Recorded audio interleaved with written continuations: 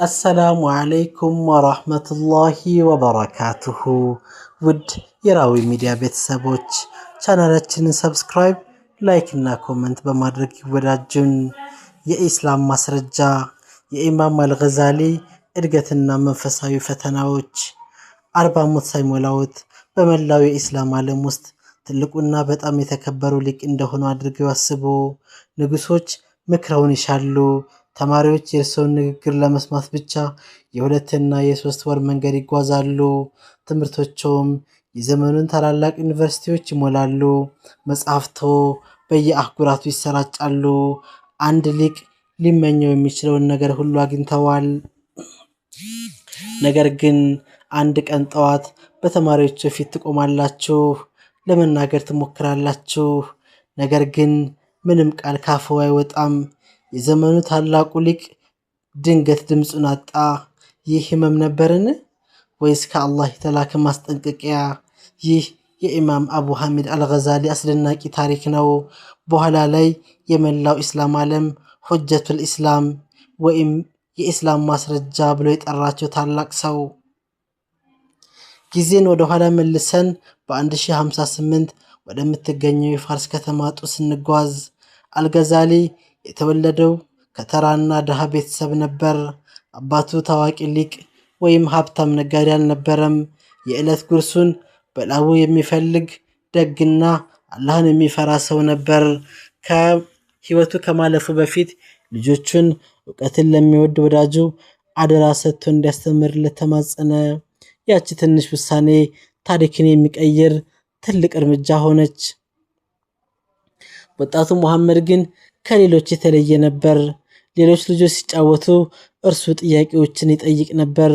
ሰዎች የሚያምኑትን ነገር ብቻ ሳይሆን ለምን እንደሚያምኑትም ጭምር መረዳት ይፈልግ ነበር። የእውቀት ፍለጋው መላዋን ፋርስ አቋረጠው። በመጨረሻም በታዋቂው ሊቅ ኢማም አልጁወይኒ ስር ማጠናቀቅ ጀመረ። መምህራኖቹ በፍጥነት አንድ አስደናቂ ነገር አስተዋሉ። እርሱ በቃሉ የሚያጠና ተራ ተማሪ አልነበረም። ይመረምራል፣ ይከራከራል፣ አስተሳሰቦችን ይሞግታል። በሀያዎቹ ዕድሜ ውስጥ እያለ ሰዎች የዘመኑ ታላቅ አእምሮ እያሉ ይጠሩት ጀመር። ነገር ግን ታላቅነት ብዙ ጊዜ የባለስልጣናትን ትኩረት ይስባል።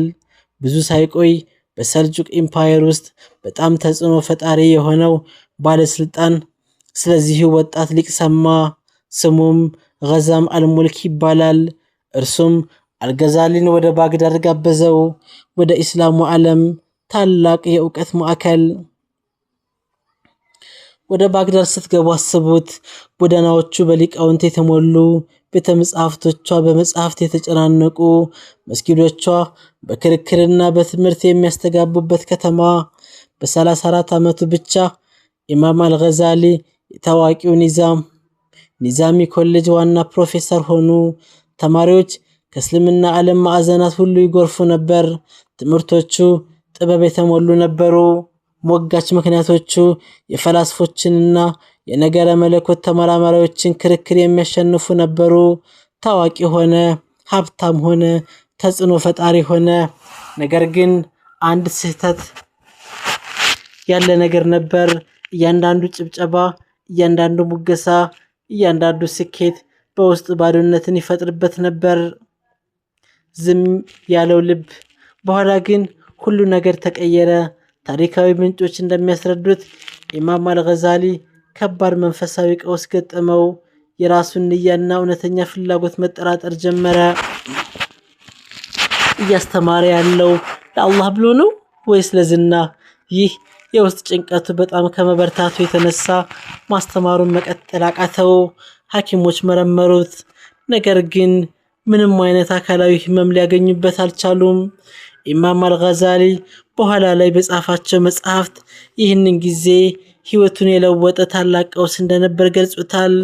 ያለ አላህ ፍራቻና ቅንነት የሚገኝ ዕውቀት በረከት ሳይሆን ከባድ ዕዳ እንደሚሆን ተረዳ። አንድ ምሽት ለዓለም ምንም ሳይናገር፣ ለተማሪዎቹ እንኳን ሳይሰናበት በኢስላም ታሪክ ውስጥ በጣም ታዋቂው ሊቅ በዝምታ ከባግዳድ ከተማ ወጣ። ሀብቱን ተወ፣ ክብሩን ተወ፣ ስልጣኑን ተወ። ወዴት እየሄደ ነበር? የሚያድነው እውነትስ ምን ነበር? ያ የሁለተኛው ክፍል ታሪካችን ይሆናል። ወሰላሙ አለይኩም ወራህመቱላሂ ወበረካቱሁ።